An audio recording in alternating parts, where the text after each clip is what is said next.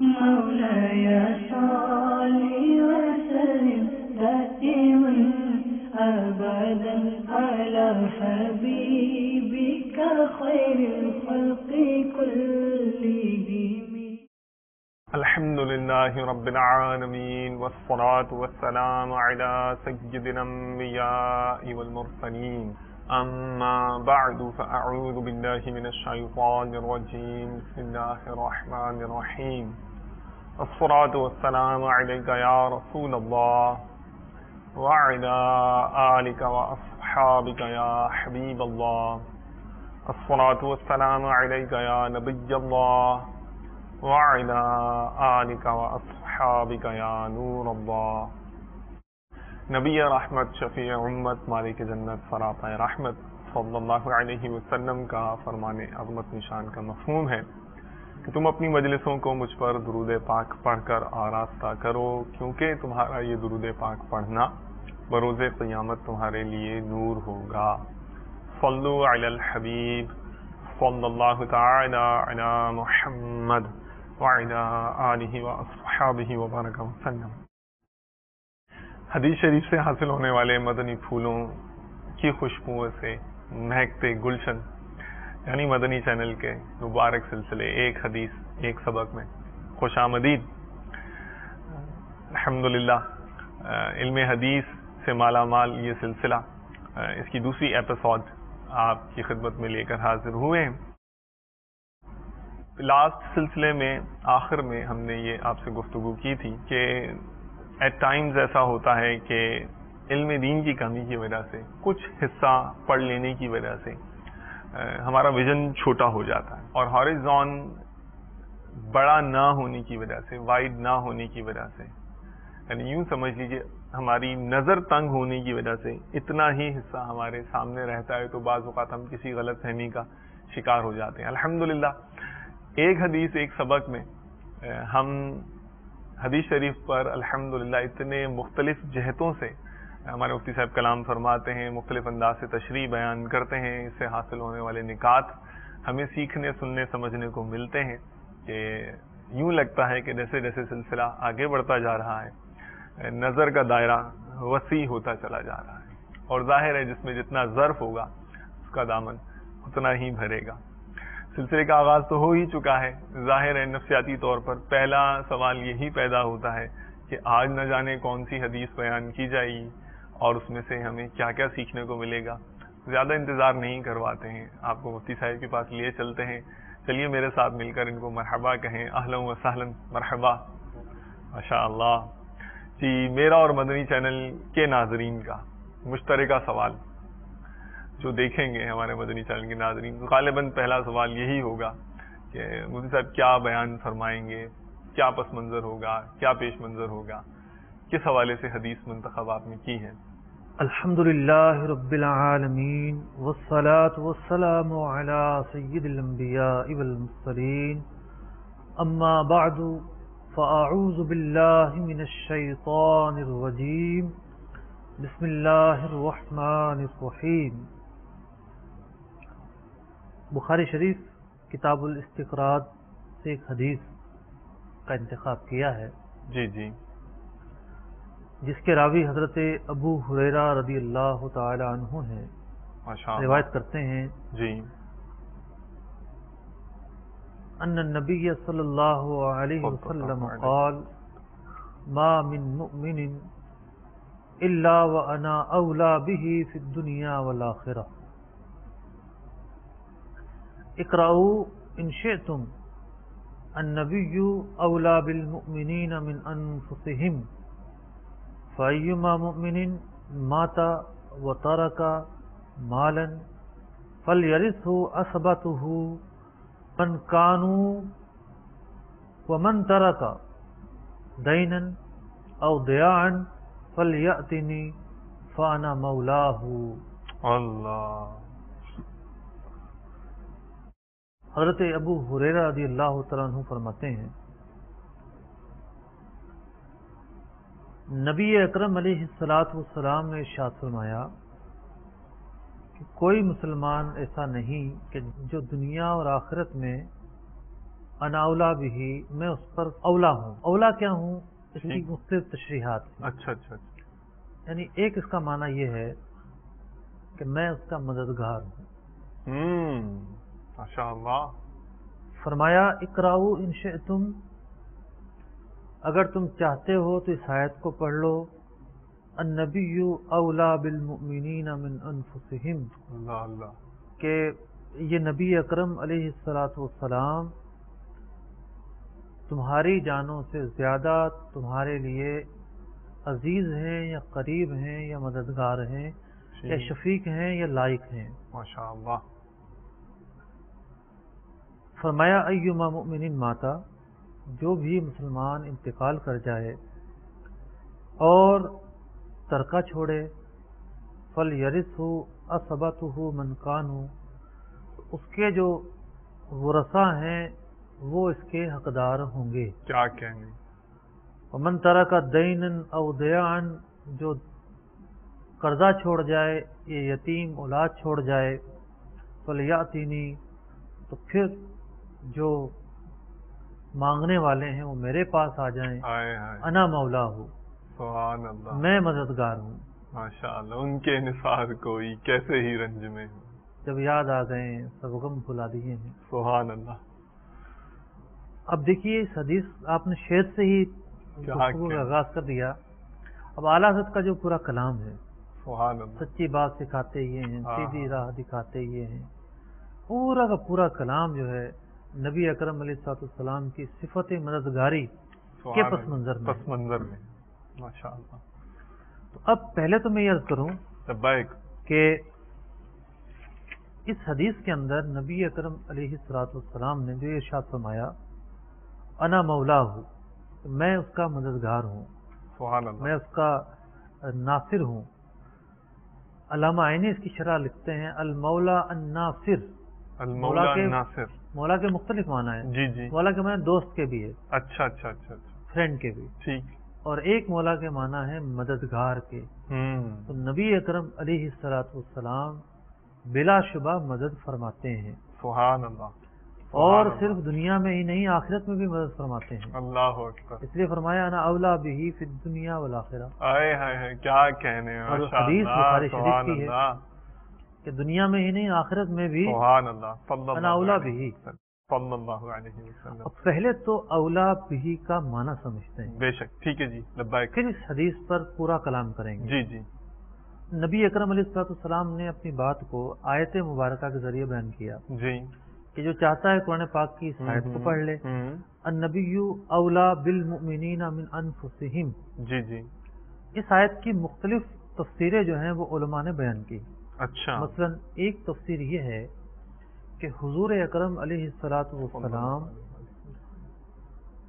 لوگوں کی جانوں سے بھی زیادہ اہم ہیں.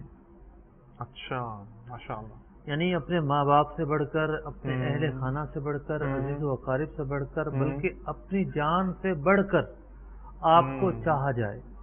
ٹھیک. اپنی جان سے بڑھ کر آپ کو ترجیح دی جائے. صحیح. جب احکام شریعت کا معاملہ ہو تو حضور اکرم علیہ الصلوۃ والسلام کو ترجیح دینی ہے. اور آپ علیہ الصلوۃ والسلام کو مسلمانوں کی جانوں پر تصرف کا وہ اختیار ہے کہ بندے کو اپنی جانوں پر بھی نہیں ہوتا. اچھا، اب اس معنی اور اس پس منظر کا نتیجہ کیا نکلے گا؟ جی جی. کیسا ہی حکم ہو، ٹھیک، جب یہ بات آ جائے کہ یہ فرمان مصطفیٰ ہے، اللہ اکبر، سر آنکھوں پر، بے شک کتنی مشقت ہو اس پر عمل کرنا ہے.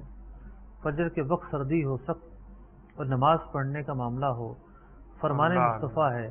حضور نے فرمایا میری آنکھوں کی ٹھنڈک ہے.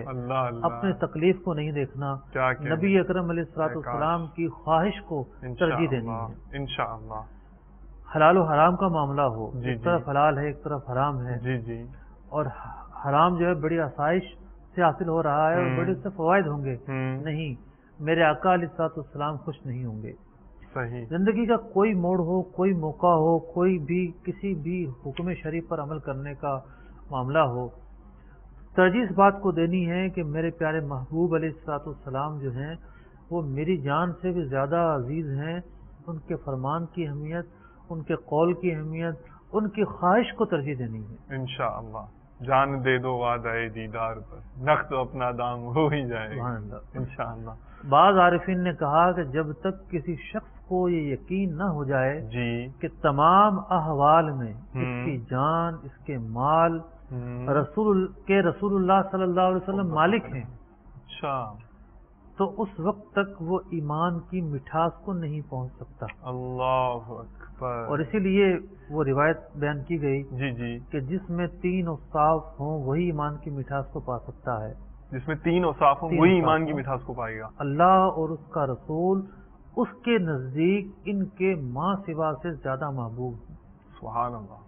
یہ اسی وقت ہوگا کہ جب یہ سمجھے کہ النبی اولا بالمؤمنین من انفسہم، حضور علیہ السلام مسلمانوں کی جانوں سے بھی زیادہ اولا ہیں، جی جی اس بات کے زیادہ لائق ہیں کہ ان کی بات کو ترجیح دی جائے. ٹھیک.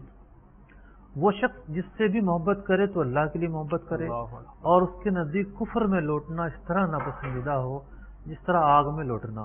اس میں سب سے پہلے چیز بیان کی گئی کہ ماں سوا سے بڑھ کر اللہ اور اس کے محبوب علیہ الصلوۃ والسلام کو چاہنا ہے. ٹھیک. ایک تو یہ معنی تھا. ٹھیک ہے. دوسرا اس آیت کا یہ معنی ہے جی جی کہ نبی اکرم علیہ الصلوۃ والسلام مسلمانوں پر اس قدر شفیق، رؤوف اور رحیم ہیں جتنا فکر ہمیں اپنا نہیں اس سے کہیں زیادہ ہمارے محبوب کریم علیہ الصلوۃ والسلام کو ہے. اللہ اللہ. رؤوف ایسے ہیں یہ اور رحیم ہیں اتنے، ماشاء اللہ. گرتے پڑتوں کو بچانے آئے ہیں. اللہ اللہ. حدیث سنا دیتا ہوں میں آپ. لبیک حاضر.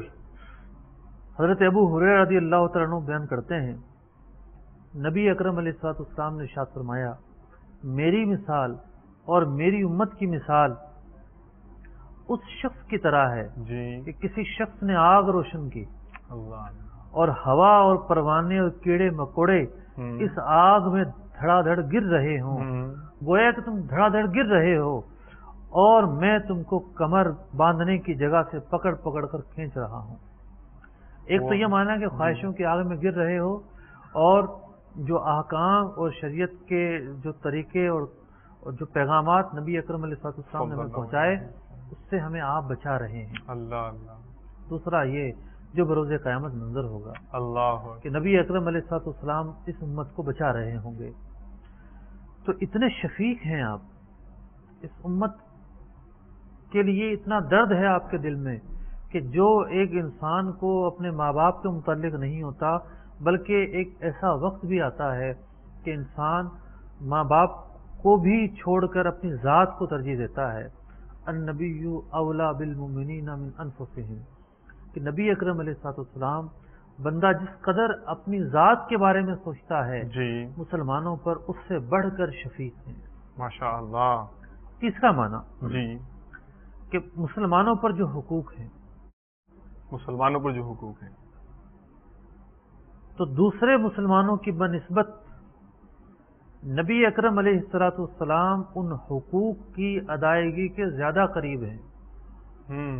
سرکار علیہ السلام ان حقوق کو اپنے اوپر لے لیتے ہیں اپنے کرم سے. اپنے کرم سے، اللہ کہ تم ادا نہیں کرتے میں ادا کروں گا. اللہ اکبر. کیا بات ہے. سبحان اللہ. تو یہ جو میں نے حدیث بیان کی آخری دونوں پس منظر کے اعتبار سے، جی جی یعنی شفیق ہونے کے اعتبار سے بھی جی جی اور حقوق اپنے ذمہ کرم پر لینے کے اعتبار سے بھی جی جی نبی اکرم علیہ السلام اولا ہیں. سبحان اللہ.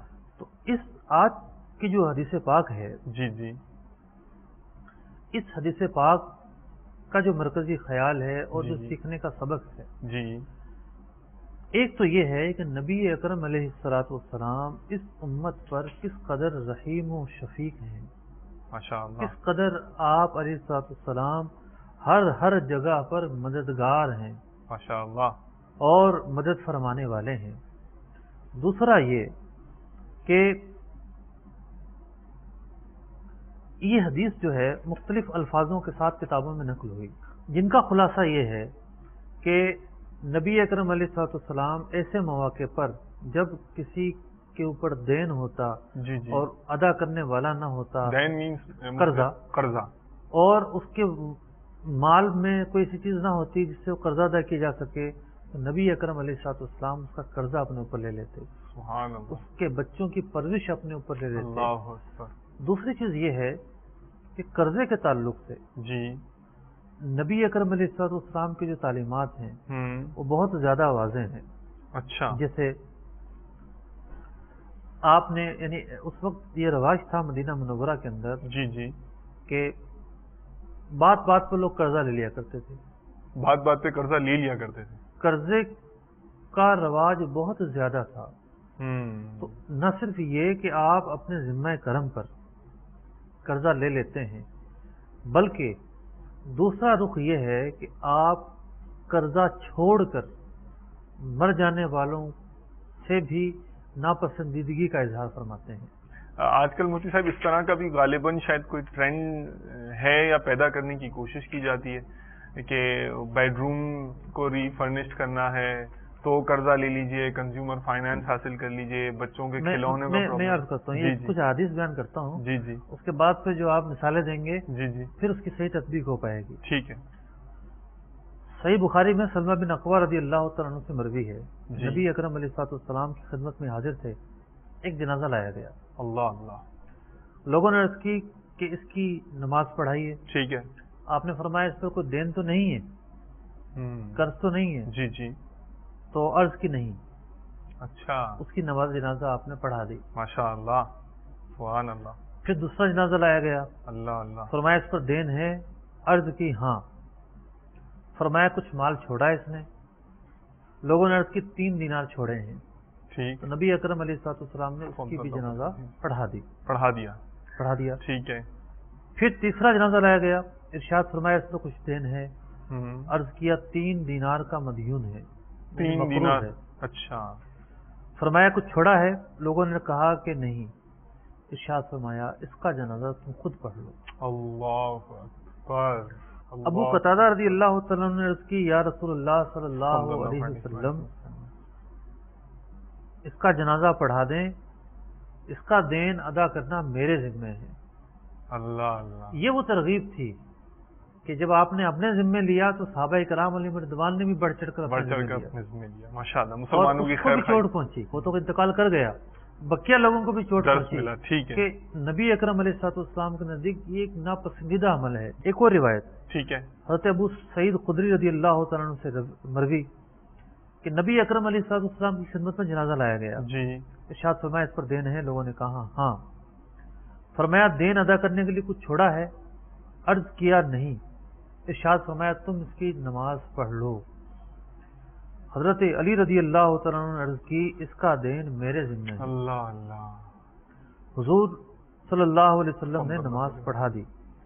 اور ایک روایت میں یہ ہے کہ ارشاد فرمایا اللہ تعالیٰ تمہاری بندش کو توڑے جس طرح تم نے اپنے بھائی کی بندش توڑ دی، یعنی اس کی جو رکاوٹ تھی وہ ختم کر دی، اس طرح اللہ تعالیٰ تمہاری رکاوٹوں کو دور فرمائے۔ ماشاء اللہ، صحیح بخاری میں حضرت ابو ہریرہ رضی اللہ تعالیٰ عنہ سے مروی کہ نبی اکرم علیہ الصلوۃ والسلام نے فرمایا جو شخص لوگوں کے مال لیتا ہے جی اور جی، ادا کرنے کا ارادہ رکھتا ہے جی جی، اللہ تعالیٰ اس سے ادا کر دے گا، یعنی اللہ تعالیٰ اسے توفیق دے گا ماشاء اللہ، کہ یہ ادا کر سکے۔ مطلب سچی نیت والا ہے یہ؟ جی ہاں۔ اچھا، یا پھر یہ کہ قیامت کے دن جو صاحب حق تھا جی اسے راضی کر دے گا، ماشاء اللہ، اور جو شخص تلف کرنے کے ارادے سے لیتا ہے اللہ تعالیٰ تلف کر دے گا، اسے دینا ہی نصیب نہیں ہوگا، یا پھر یہ کہ مر گیا تو دائن سے معاف نہیں کرے گا۔ اللہ اکبر، اللہ اکبر۔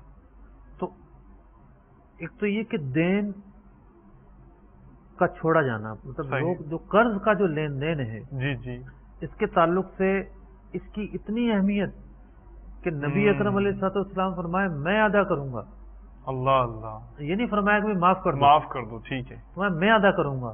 صحیح، ایک موقع پر آپ خود ادا فرما رہے ہیں، صحیح، ایک موقع پر حضرات صحابہ اکرام ادا فرما رہے ہیں، ٹھیک، اور ایک وہ موقع کہ ایک لینے والا ادائیگی کی نیت سے ہی نہیں لیتا، ٹھیک، کرپٹ ذہن کا مالک ہے، مطلب ایسے لوگوں کے حساب کتاب ہوتے ہیں، کھانچے ہوتے ہیں، لوگوں کا جہاں چلتا ہے جو بدنیت لوگ ہوتے ہیں ٹھیک، وہ کرتے بھی ہیں، انہیں سیکھ لینا چاہیے کہ نبی اکرم علیہ الصلوۃ والسلام اس کے بارے میں کیا فرما رہے ہیں۔ ٹھیک، ایک حدیث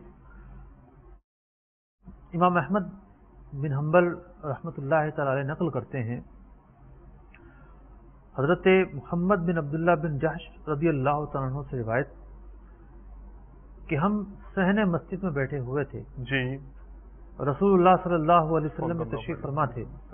حضور علیہ السلام نے اپنی نگاہ آسمان کی طرف اٹھائی اور دیکھتے رہے، پھر نگاہ نیچی کی، پیشانی پر ہاتھ رکھ کر فرمایا سبحان اللہ، کتنی سختی اتاری گئی ہے۔ اللہ اکبر۔ کہتے ہیں ہم لوگ خاموش رہے، ایک دن ایک رات تک کچھ نہ پوچھا۔ جب دن رات گزر گئی، صبح ہوئی تو پھر عرض کی بارگاہ رسالت میں، یا رسول اللہ صلی اللہ علیہ وسلم، وہ کیا سختی تھی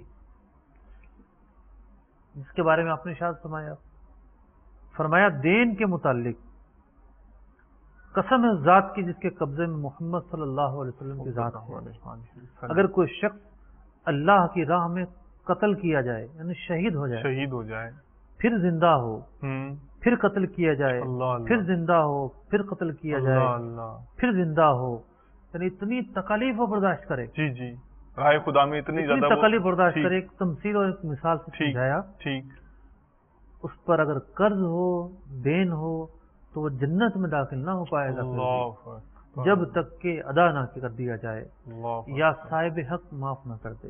اللہ اللہ۔ ایک اور حدیث میں فرمایا گیا کہ مالدار کا دین ادا کرنے میں تاخیر کرنا اس کی آبرو اور سزا کو حلال کر دیتا ہے۔ عبداللہ بن مبارک فرماتے ہیں اس کی تفسیر میں، جی جی، کس طرح حلال کر دیتا ہے کہ قرض مانگنے والا اگر بدتمیزی کرے گا، سختی کرے گا، سزا دلوائے گا، تو یہ ایک ایسا اقدام ہے کہ سوچنا چاہیے، جس سے عزت داؤ پر لگ جاتی ہے۔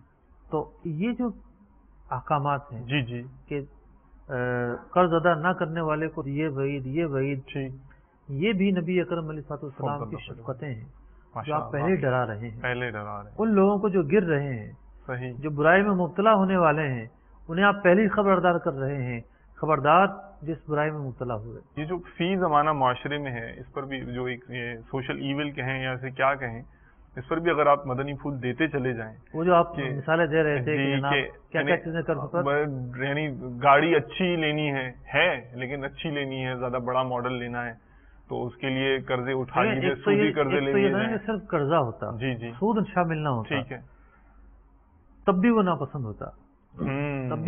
ہوتا، ٹھیک ہے، لیکن اب تو یہ ہے کہ قرضہ ہے اور اس میں سود دینا ہے، باقاعدہ جو ہے فون آتے ہیں بینکوں سے، جی آپ کریڈٹ کارڈ لے لیں، آپ کو یہ فائدے ہوں گے، وہ فائدے ہوں گے، یہ سلور، یہ گولڈ، یہ فلاں، یہ فلاں، یہ فلاں، یہ اقسام، پھر فرنیچر جو ہے وہ سود پر مل رہا ہے، پھر جناب اور جو ہے ایونٹس جو ہیں وہ یہاں تک کہ جو گھومنے پھرنے کے جو ٹرپ ہوتے ہیں وہ ان پر سودی قرضہ ملتا ہے۔ تو یوں ایک لوگوں کو آسائشوں اور سہولتوں کے باغ دکھا کر، لالچ دکھا کر ایک سودی اس میں اتارا جا رہا ہے۔ اول تو اس رجحان سے ہی دور رہنا ہے، ٹھیک، لینا بھی پڑ جائے تو سودی قرضہ لینے کی تو کسی صورت بھی اجازت ہی نہیں ہے۔ کچھ مطلب مفتی صاحب کوئی چیک اپنے اوپر تو کہیں نہ کہیں لگائے گا نا شخص، ورنہ اگر بالکل اوپن چھوڑے گا تو وہ تو پھر دلدل میں گرتا ہی چلا جائے گا۔ قرضہ لے لیا گیا، جی جی، تو اب نبی اکرم علیہ السلام کی جو تعلیمات ہیں وہ ہمیں کیا سکھاتے ہیں کہ اگر ایک شخص تکلیف میں ہے، ٹھیک ہے، ایک شخص آزمائش میں ہے، جی جی، قرضہ دے نہیں پا رہا، صحیح، قرآن مجید فرقان حمید کی بلکہ آیت ہے، ان کان ذو عسرۃ فنظرۃ الی میسرہ، جی جی، اگر کوئی تنگی میں ہے تو اسے خوشحالی آنے تک وسعت دو، یعنی مہلت دی جائے، وان تصدقوا خیر لکم ان کنتم تعلمون، اور اگر تم اسے چھوڑ دو تو تمہارے لیے اور زیادہ بہتر ہے۔ اللہ، نبی اکرم علیہ السلام نے ارشاد فرمایا، ایک شخص گزشتہ زمانے میں لوگوں کو ادھار دیا کرتا تھا، جی جی، اپنے غلام سے کہتا تھا کہ جب کسی تنگ دست مدیون کے پاس جاؤ اسے معاف کر دینا، اس امید پر کہ خدا ہمیں معاف کر دے۔ اللہ اللہ، جب اس کا انتقال ہوا اللہ تعالیٰ نے اس کے گناہوں کو معاف فرما دیا۔ سبحان اللہ۔ صحیح مسلم میں ابو قتادہ رضی اللہ تعالیٰ عنہ سے مروی، نبی اکرم علیہ السلام نے ارشاد فرمایا، جس کو یہ بات پسند ہو کہ قیامت کی سختیوں سے اللہ تعالیٰ اسے نجات دے، جی، وہ تنگ دست کو مہلت دے یا معاف کر دے. سبحان اللہ. کتنی بڑی مطلب کہ نعمت ہے. دیکھیے ایک ہوتا ہے نا کاروباری قرضے میں لوگ کھیل تماشے کے طور پر مذاق بنایا ہوتا ہے. صحیح. سب کچھ ہونے کے باوجود نہیں ادا کر رہے ہوتے. ٹھیک. بہت ہی مذموم صورتیں ہیں. جتنی مذمت کی جائے اتنی ہی کم ہے. بسا اوقات بہت بری حالت ہو جاتی ہے لوگوں کی. بے روزگار ہیں, گھر میں فاقے پڑے ہوئے ہیں, مالک مکان ہے کہ دھمکیاں پہ دھمکیاں دیا جا رہا ہے. تمہارا سامان پھینک دوں گا, یوں کر دوں گا, وہ کر دوں گا. پھر بیماریاں, پھر مہلک بیماریاں, مہنگے مہنگے ٹیسٹ. دیکھنا چاہیے جہاں گنجائش بنتی ہو, صورتحال ایسی ہو, صرف بندہ یہ نہ دیکھے کہ میرا اتنا نقصان ہو گیا, اگر یہ پیسے میرے پاس رہتے تو میں اتنے اتنے اتنے فوائد حاصل کر لیتا, میں اتنا نفع کما لیتا. اور پھر یہ بھی دین کی تعلیمات ہیں کہ اگر کسی پر احسان کرو تو جتلاؤ مت. یہ نہ کہا جائے کہ جناب میں تو اتنے کما لیتا, مجھے تو اتنے فوائد ہو جاتے. نہیں, اس پر نرمی کرنا, ایسے قرض دار پر نرمی کرنا واجب ہے. واجب ہے. قرآن پاک کا یہ حکم ہے. ماشاءاللہ. بہت سارے لوگ اس واجب کا جو ہے وہ مطلب کہ خیال نہیں رکھتے. خیال نہیں رکھتے. ٹھیک ہے. اسلامک موڈ پر بھی اگر انہوں نے فائنانس سسٹم لانچ کیا ہے تو ان کے یہاں ایک فارمولہ ہے, ذرا تاخیر ہوئی پینلٹی لگ. یہ نہیں دیکھتے کہ کس وجہ سے تاخیر ہوئی ہے. صحیح. کوئی پرابلم ہے, کوئی ایسی وجہ ہے یا دھینگا مستی ہے. ٹھیک. اس کی تقسیم کرنا بھی ضروری ہے. ماشاءاللہ. تو اب یہ دیکھیے کہ تصویر کے 3 رخ ہو گئے. ٹھیک ہے. ایک طرف سرکار دو عالم صلی اللہ علیہ وسلم ترغیب دلا رہے ہیں قرض دار کے ساتھ مہلت, نرمی اور چھوٹ دینے کی. ٹھیک ہے. بلکہ قرض چھوڑ دینے کی. ٹھیک ہے. ایک طرف آپ علیہ الصلوۃ والسلام کے جو فرامین ہیں وہ یہ بتا رہے ہیں کہ قرض میں تاخیر کرنے والا جان بوجھ کر اس کی کیا وعیدیں ہیں, اس کا کیا انجام ہے. اگر وہ شہادت کا مرتبہ بھی پائے تو قرض ایک ایسی چیز ہے اس کے ادا کیے بغیر جنت میں داخل نہ ہو سکے گا, یا یہ ہے کہ صاحب حق معاف نہ کر دے. اور تیسری وہ صورت ہے کہ پیارے آقا علیہ الصلوۃ والسلام لوگوں کا قرض اپنے ذمہ لے رہے ہیں. سبحان اللہ. یہ ایک نظام ہے.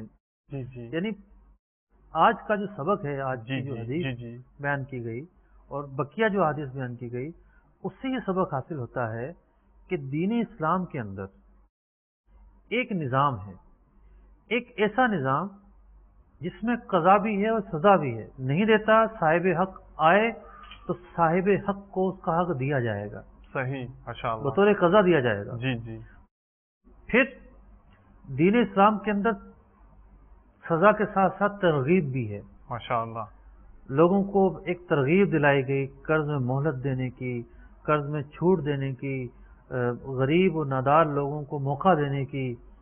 یہ نظام بھی ہے. یعنی آپ یہ فرمانا چاہ رہے ہیں کہ دونوں ہی رخوں کو, دونوں ہی پہلوؤں کو کور کیا گیا ہے. پھر ایک تیسرا پہلو کہ نبی اکرم علیہ الصلوۃ والسلام کی جو حیثیت ہے وہ مختلف انداز کی حیثیتیں ہیں. ماشاءاللہ. آپ کبھی جو ہے وہ سپاہ سالار کے طور پر کلام فرماتے ہیں. سبحان اللہ. کبھی قاضی کے طور پر کلام فرماتے ہیں. سبحان اللہ. کبھی جو ہے وہ ایک مشورہ دینے والے کے طور پر کلام فرماتے ہیں. اللہ. کبھی بطور وحی کلام فرماتے ہیں. سبحان اللہ. مختلف جہتیں ہیں آپ کے کلام کی. دین اسلام کی جو تعلیمات ہیں اس کے اندر کہ صاحب حق کا حق کوئی نہ دے. بعض ایسی صورتیں ہیں کہ ریاست اس کا حق ادا کرتی ہے. جیسا کہ اگر کوئی شخص قتل ہو جائے, ٹھیک, قاتل کا پتہ ہی نہیں ہے جناب کون قاتل ہے, ٹھیک, تو ایک صورت یہ ہے کہ جس بستی میں قتل ہوا اس بستی کے لوگ اس کی دیت ادا کریں گے. اچھا. وہ بھی ایک موقع آئے گا کہ جب انہیں دیت ادا کرنی ہوگی. اور پھر جنگل بیابان میں اور ایسی جگہ جہاں کوئی ہے ہی نہیں تو ریاست جو ہے اس شخص کا خون بہا ادا کرے گی. اچھا. مطلب اس حدیث میں یہ بھی اشارہ ہے کہ لوگوں کے جو حقوق ہیں ان کا خیال رکھنا ریاست کی ذمہ داری بنتی ہے. ماشاءاللہ. اور اس کی ذمہ داری ہے کہ لوگوں کے حقوق کا خیال رکھے. ماشاءاللہ. پھر آج کی جو گفتگو کی اس میں ہم نے سنا کہ نبی اکرم علیہ الصلوۃ والسلام نے مختلف مواقع پر جنازہ پڑھانے سے انکار کر دیا. پتہ چلا کہ جنازہ پڑھنا فرض عین نہیں ہے، ماشاءاللہ، فرض کفایہ ہے، ٹھیک، کہ کچھ لوگوں نے پڑھ لیا تو سب کی طرف سے ادا ہو جائے گا.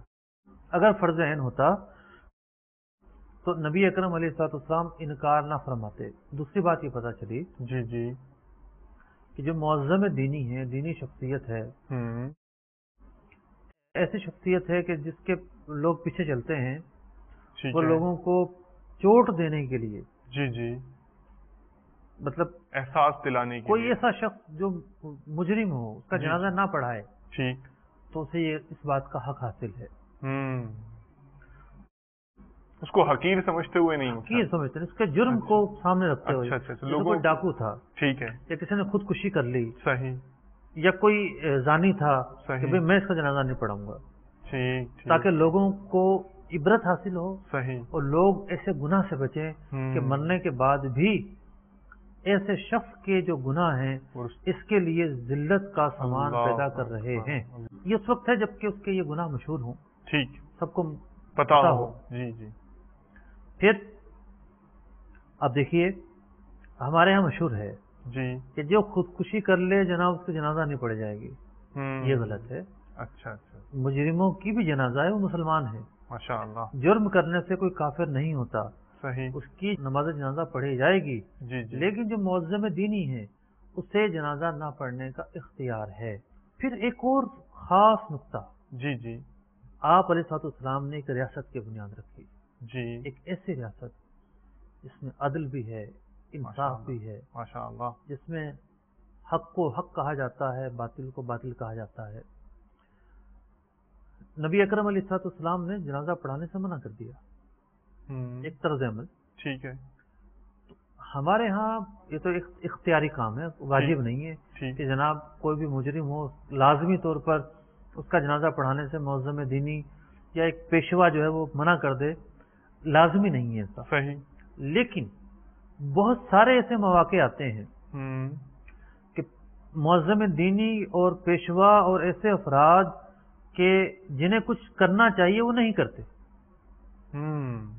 آپ مزارات کا حال دیکھیے، ٹھیک، مزارات کے اوپر جو کچھ ہو رہا ہے ہمارے علماء اس سے برات کا اظہار کرتے ہیں، ٹھیک، اسے غلط کہتے ہیں کہ یہ جو مطلب کہ فائشہ ہوتے ناچ رہی ہوتی ہیں، گانے باجے چل رہے ہوتے ہیں، نہ جانے کیا کچھ ہو رہا ہوتا ہے، جی جی، برات کا اظہار کر رہے ہوتے ہیں. ٹھیک، لیکن کچھ مواقع ایسے آتے ہیں کہ جہاں لوگ مداہنت پسندی اختیار کر لیتے ہیں. اللہ اللہ، بولنے کا موقع آتا ہے نہیں بولتے، رائے دینے کا موقع آتا ہے نہیں رائے دیتے، غلط کو غلط کہنے کا موقع آتا ہے نہیں کہتے. سارے سے مواقع ہوتے ہیں. جب آپ بحیثیت پیشوا، بحیثیت عالم، بحیثیت دین کے نمائندے کے طور پر بیٹھے ہوئے ہیں تو وہاں غلط کو غلط کہیں بھی اور لوگوں کو بھی بتائیں یہ غلط ہے، تاکہ ان کے ذہن میں مسکنسیپشن نہ یہ کہ آپ پروانے لکھ کر لوگوں کو دے دیں گے یہ بالکل صحیح ہے. تو مداہنت نہیں ہونی چاہیے، غلط کو غلط کہنا چاہیے.